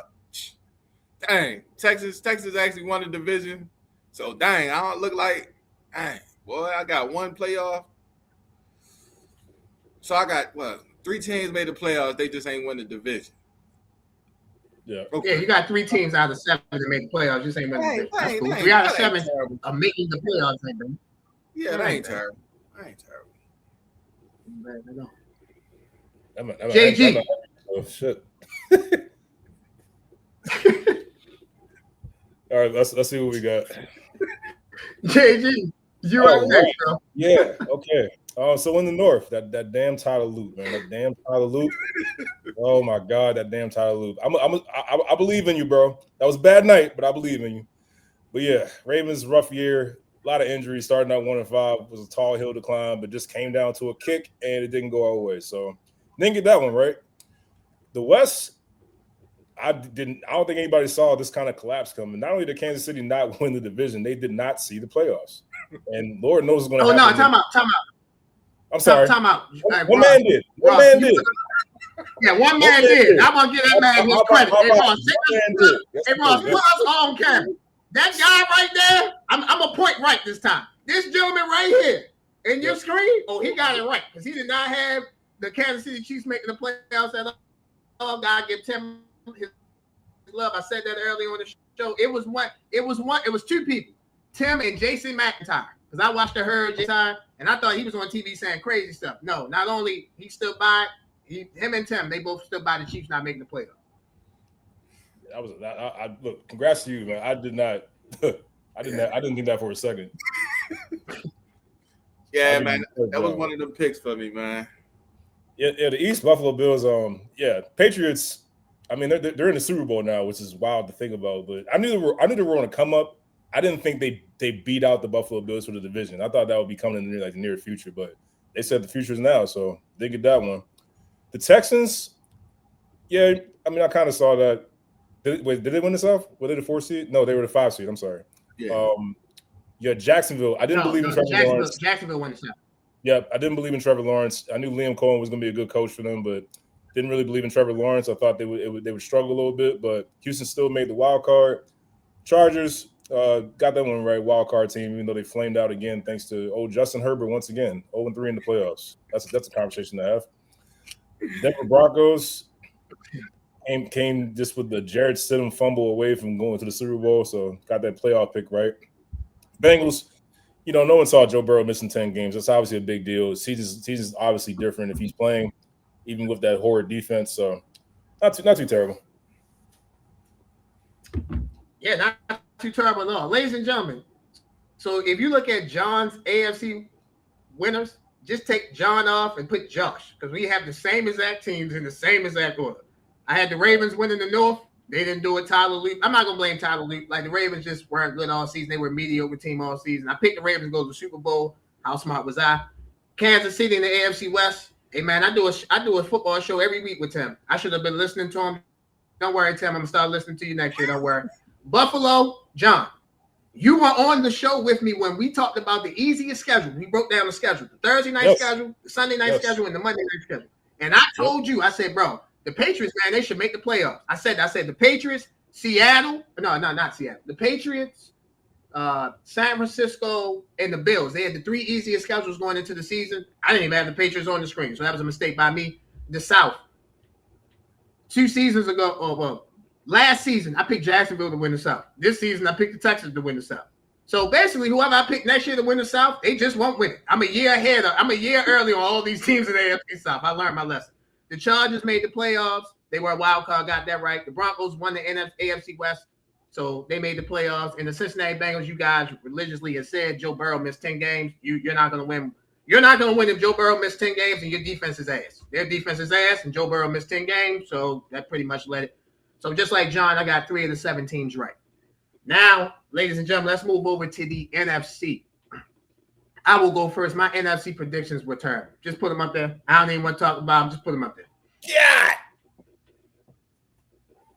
The West. So let me start with the Detroit Lions.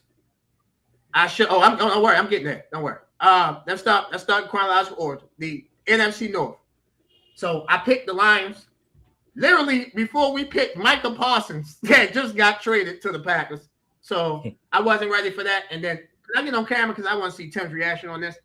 I should have picked my man Caleb Williams just to piss my guy Tim off. You feel me? But I didn't. I didn't have no faith that Caleb and them was gonna get it done with Ben Johnson as the offensive coordinator. But Caleb, I believe in you. And by the way, I like what Ben Johnson said. He said when we come back next season, we start at nothing. Watch out for the Bears, man. They just need to improve that defense. They improve that defense, they're gonna be good. And Caleb, you gotta improve the layups. Got to make the play. Got to make. Yeah, you're right, bro. Got to make the layups. Got to improve on passing. NFC West. Listen, I'm not gonna make no excuses. I've been going to AA. Ladies and gentlemen, I'm gonna let y'all know I've been going to AA meetings for the Arizona Cardinals. I'm officially off that drug. I'm done. I'm never picking them again. I am finished.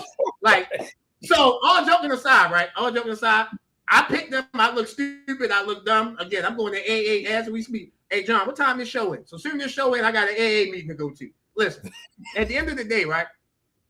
I didn't pick the Rams, right? Because they told me Matthew Stafford back was hurt.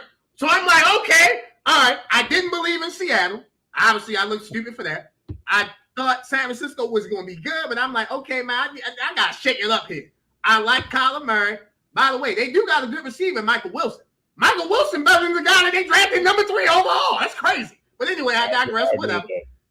They went out and got Walter Nolan out of Ole Miss. They went out and got Josh Sweat from the Eagles.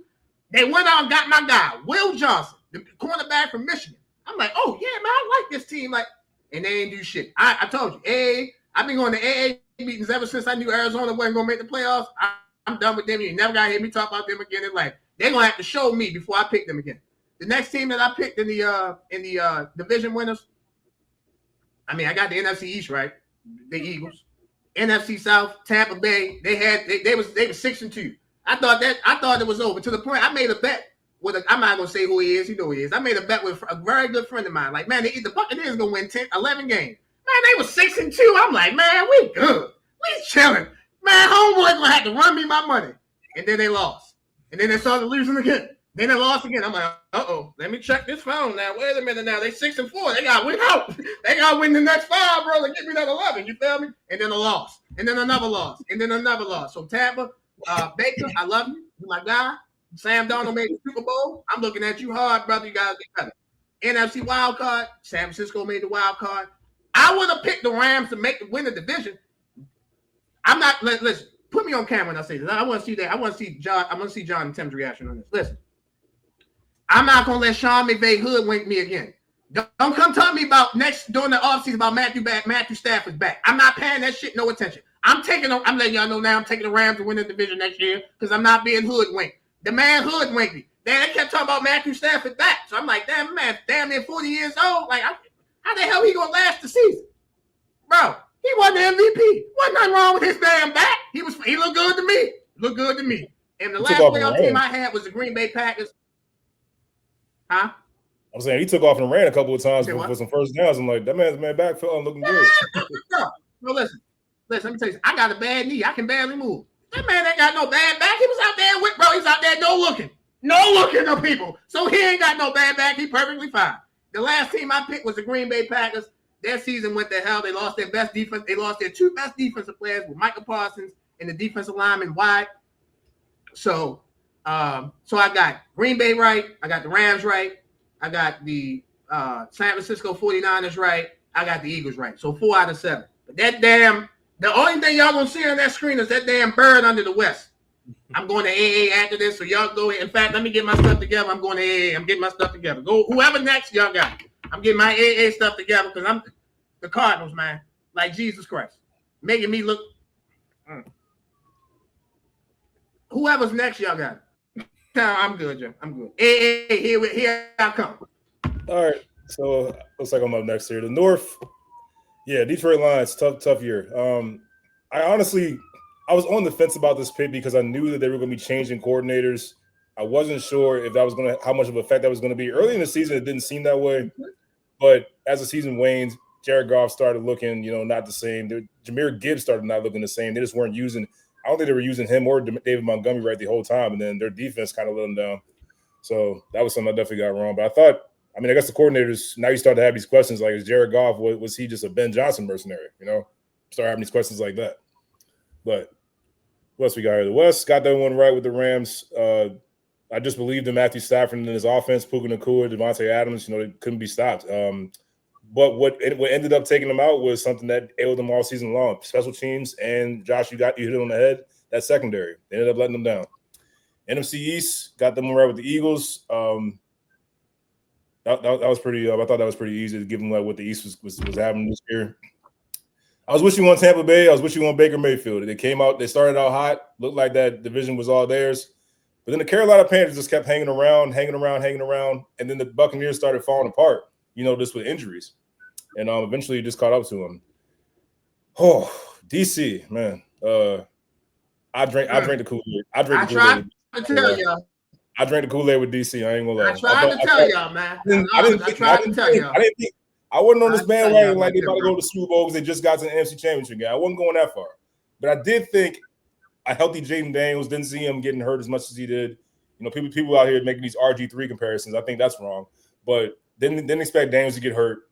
Kingsbury, is kind of showing why he's just not really, he's never really going to be a head coach. Pretty good offensive coordinator, but not going to be a head coach. And just, DC overall, just they could not keep themselves together. So I guess I got that one pretty wrong. San Francisco, NFC West has been the best division in football all year long. So I expected them to make the wild card. Genius coaching by Kyle Shanahan all year long. All the guys that's been in and out of the lineup. Brock Purdy missing time, putting in Matt Jones, possibly getting him paid this offseason. They were just able to stay afloat until the injuries eventually just became too much to handle. But great season overall, good given the circumstances with them. Packers made the playoffs, but eventually, flamed out with their best player, Michael Parsons, their energy guy, their spirit guy. Once they lost him, the team just wasn't the same. And Jordan Love, even though he did play well in that playoff game against the Chicago Bears, but you need him to just be a little bit more special. You need the defense to get a stop for crying out loud, but they did everything they could to help Chicago stay in the game. Not running the ball, playing soft on defense. They did everything they could to give Chicago a chance, but got most of those playoff teams right there. Yeah, man. Let's see what I did, man. Last but not least. Yeah, I was with the North, man, but I should have known with them coordinators, man. Them new coordinators, I'm trying to tell y'all, man. Them coordinators matter, man. NFC West. Boy, I know they looked at me crazy when I picked them, but they did the job. And they Super Bowl bound. Shout out Sam Darnold and the Seahawks. East, like you said, pretty easy. Eagles. South, the Dirty Birds. It don't look as bad because all these teams finished with the same record. Almost. All of them was damn. They was all 8-9 or something like that. So like, we was one win away. I like what they doing. Stefanski, I gotta figure that out. But they close. They close. The city of Atlanta is not happy right now. Yeah, I'm not. I'm with them. I don't get the hire, but hopefully it work out for them. I don't get it, but hopefully it work out for them. My wild cards, Washington. I wasn't on the Kool-Aid. I just thought y'all could win 10 games. I didn't think y'all was going to win the playoff game. I just thought y'all would win 10 games. Well, like JG said, Daniels got hurt, and y'all was up and down. Y'all know how to use Debo Samuels, right? Y'all got a lot of issues over that defense. Y'all bad. Yeah, I just got a lot of issues over there. Damn, Tim, you got anything nice to say about the Commanders? Not this year, man. Not this year. Like, they regressed. Damn. Defense bad. Don't know how to work the playmaker. Quarterback wasn't there. Don't trust the coach. Like, God damn. They regress, man. They regress. Man. Sometimes that happens. Like, you regress. Yeah. They regress. Next pick, 49ers, man. Gritty team. They figured out what they was. They made a wild card or what they were. Yeah, it was wild card. Yeah, wild card team. So right on with that.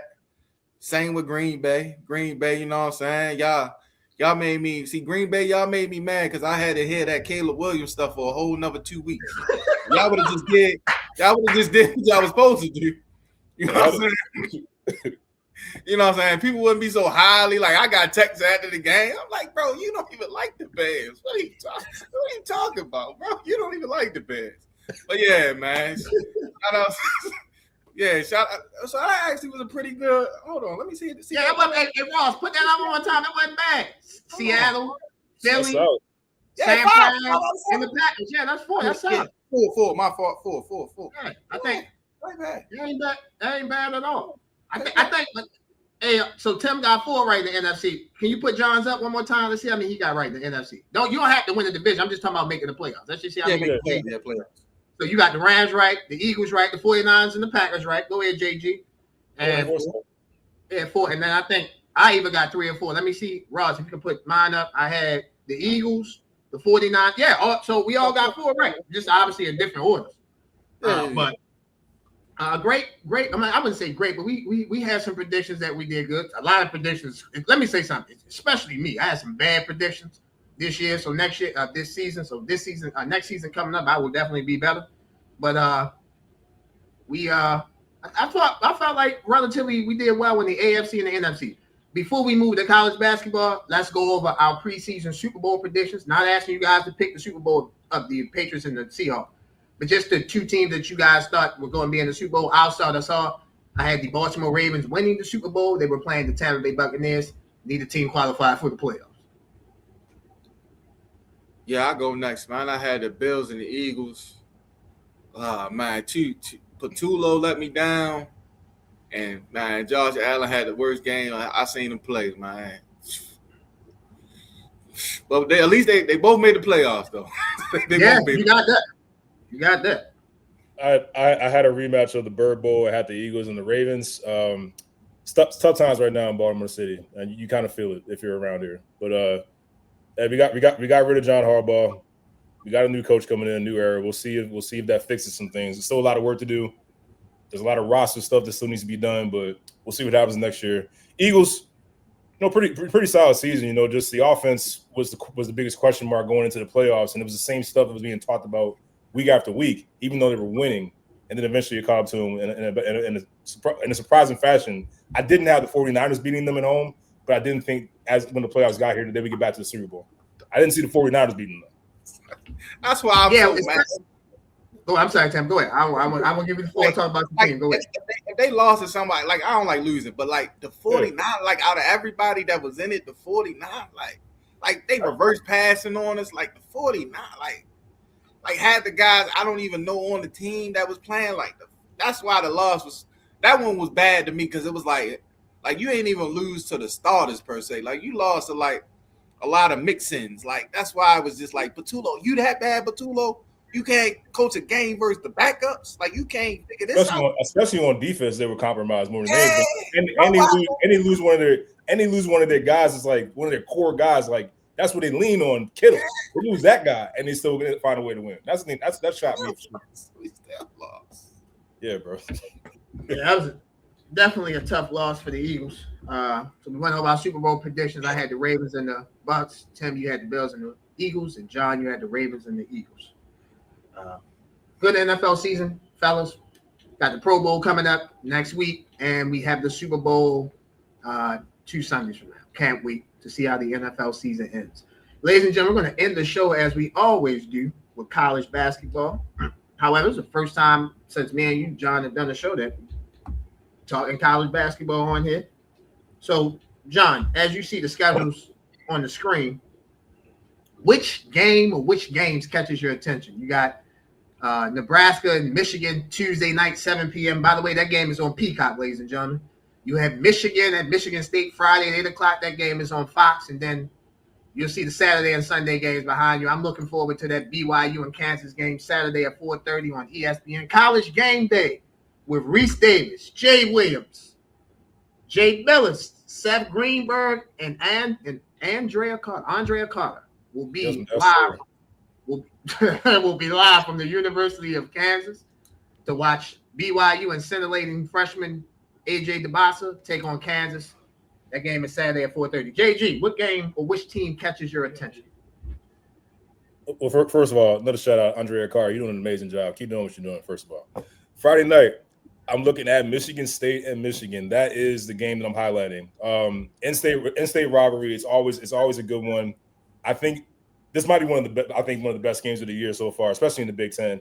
I think I got Izzo winning that game because he's always been good, like in these big games, tight games at home, and it's like it's a primetime game as well. Yeah, track record for Tom Izzo is definitely great. So I got Michigan State winning that by a little.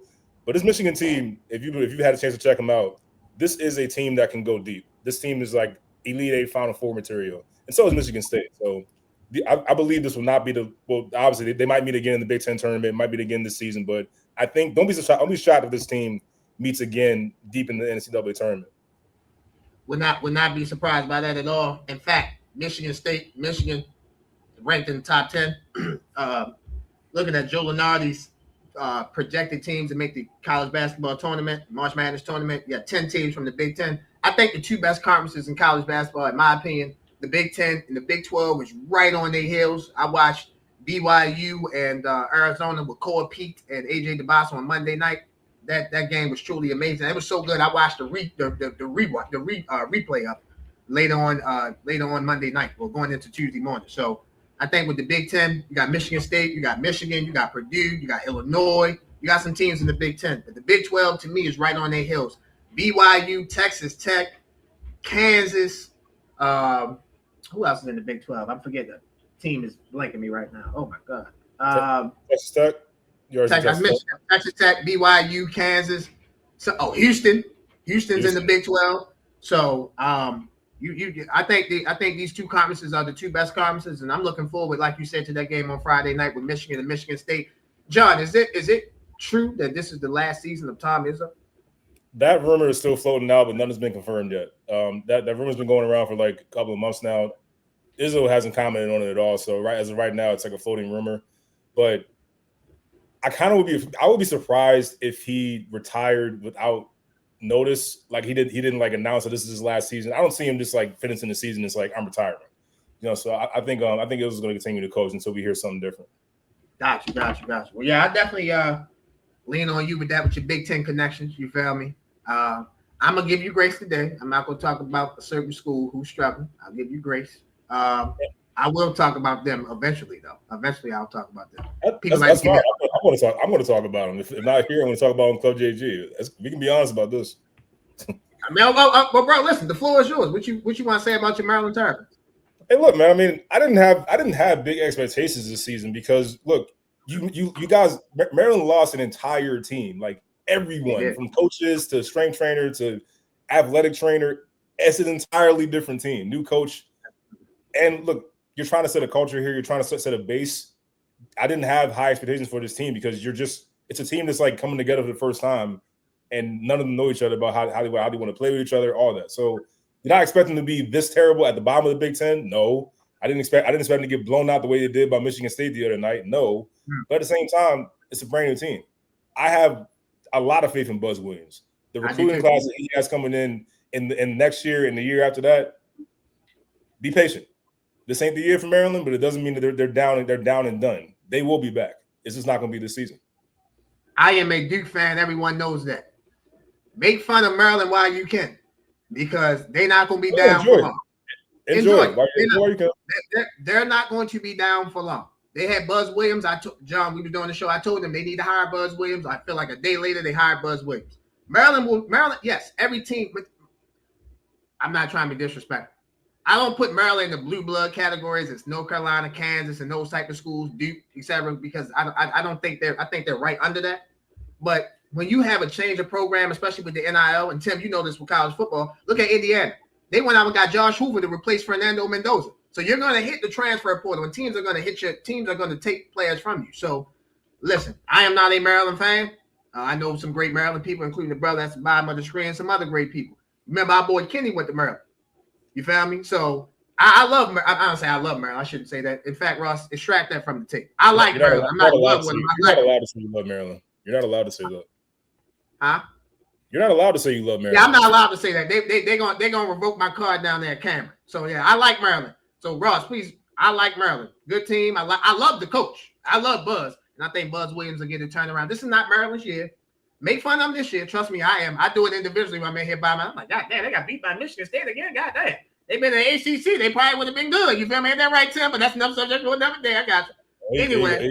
Here we go. How many teams in the ACC about to make the tournament? 2? Well, I'm about to tell you. We We got 9 teams in the ACC that's gonna make the tournament. 9. There's no shot that lasts. There's no way. I gotta look at what that. You mean? North Carolina. Okay, listen. North Carolina in, Virginia in, Duke in. I don't know about Okay, that's 3. I don't know about North Carolina State, but I think they got a chance. Yo, my boy Will Wade at North Carolina, you know what he about. And he actually allowed to pay people. He ain't got to do it under the table no more. I believe in Will Wade. Does not this season. I believe in him. All right, I got you. All right, so I got North Carolina. We got North Carolina State. Louisville.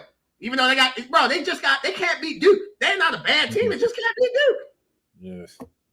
Okay. All right. Okay. Who else we got? Who else? Come on, Clemson. Woo, look at old Clemson. Yeah, old Clemson. Who the coach of Clemson? Dabo. Dabo coach football and basketball now. No, Tony. Listen, I ain't high on Clemson. They just in the tournament. You feel me? Come on now. Listen, a lot of teams gonna make the tournament. I know who would make the tournament. They was in the ACC. Old Maryland. That's what I know. I know that very well. I know that. I know what I know. You gotta let that go, man. I'm gonna let it go. Hey, JG, you don't think if Maryland, I feel like they'll be more relevant though, like consistently. Like I feel like that. Yeah, I understand. Look, I understand the ties with the ACC. I really do. I grew up Maryland fan. My dad and everything is. I grew up with Maryland in the ACC, so I get it.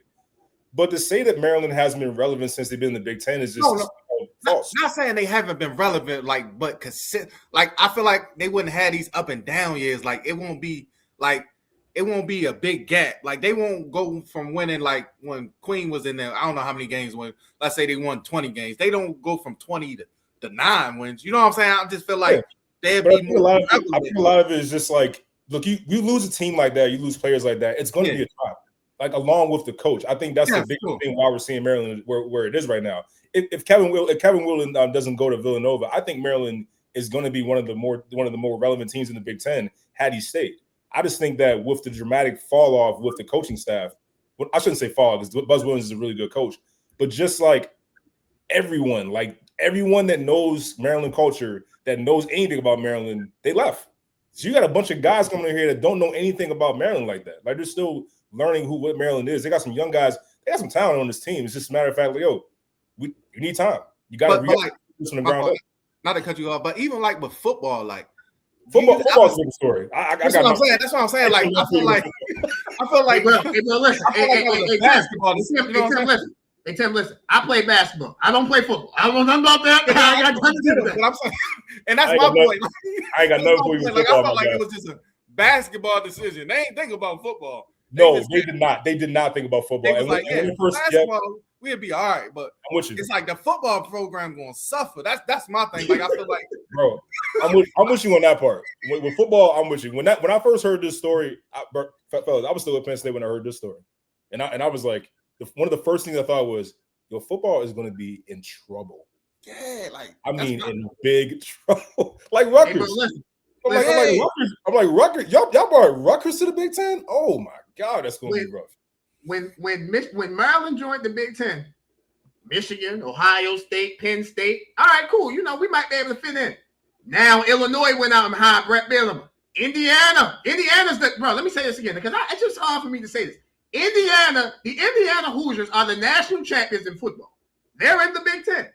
Then the Big Ten said, you know what? We tired of this. This is why I say it was a bad decision by Maryland. I get your point. I get about the money. I get that. The Big Ten, like, nah, bro. We try and show we the best conference. They went out and got USC, UCLA, Oregon, and Washington. And they all football schools. I mean, maybe UCLA is not a football school now. They're struggling a little bit. But USC is a football school, Oregon's a football school, and Washington's a solid, the good football school. Notice they ain't take Washington State. They said Washington State, you keep your ass in the Pac-12. The thing that hurts the most, like with Indiana, is like Roman Hemi was a starting running back at Maryland last year. Starting running back, bro. Hey, man, congratulations to Roman Hemi, man. That's a good dude. Congratulations to him getting the championship. If you saw the video, he was super emotional. That man deserves it, bro. He's been through hell messing with Maryland football. I ain't gonna lie to you, man. I'm a guy that goes back and support my school. I've been to some Maryland football games. I try to support, try to like keep a positive mindset. Going back for homecoming and stuff like that. But in my heart of hearts, I'm like, it's about the same old. Start off hot. Get everybody like around. Oh, this third year we going to the bowl, baby. We going to the playoffs. And then 7-game losing streak. Hey, bro, Maryland played Panera. They played Panera Bread week 0, McDonald's week 1, Burger King week 2, Wendy's week 3, Chipotle week 4, Ohio State coming week 5, Michigan coming week 6, Indiana, Illinois. That ass whooping coming. You better start pulling up. If you lose the McDonald's, Panera Bread, Wendy's, or Burger King, you shouldn't have. Mike Locksley shouldn't have that job. But bro, he started off 4-0 or 3-0 every year, and then the dam breaks loose. real teams. Part of my language. I was gonna say something else. I'm gonna say real people showed up. You feel me? Real people showed up, and when real people showed up, you saw with that man. The floodgates open when the Big Ten season get here. You see. Look, turtles can swim, but yo, these boys. They can swim. Hey, yo, turtles can swim. Fucking with Maryland, they're gonna drown. They gonna drown. They gonna drown with that water.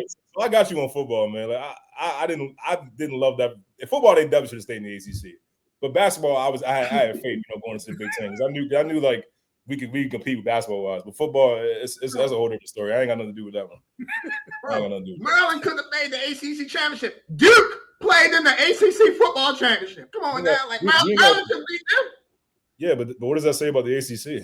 Oh, that's bad. Well, first of all, the ACC, they picked the right teams.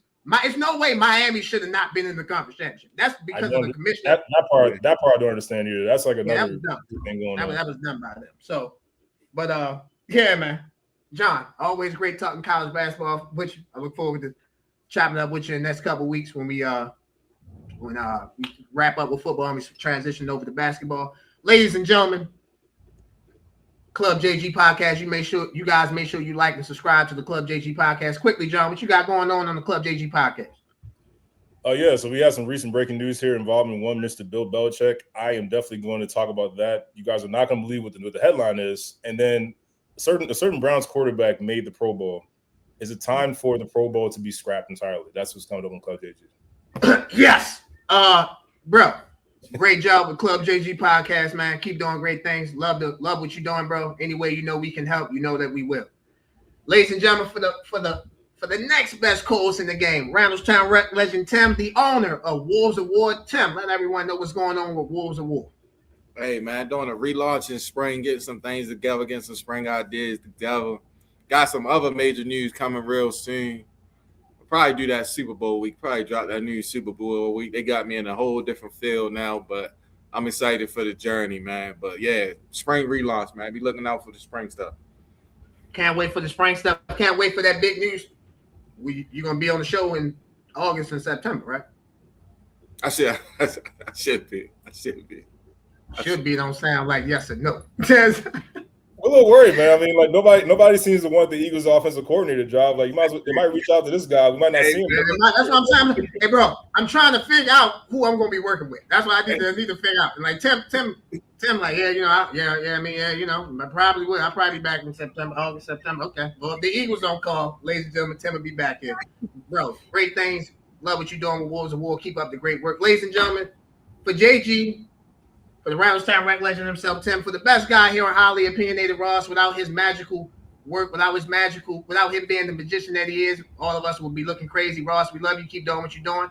I am merely Josh. Thank you for watching episode 69. We will see you for episode 70 next week. We are out. Appreciate y'all.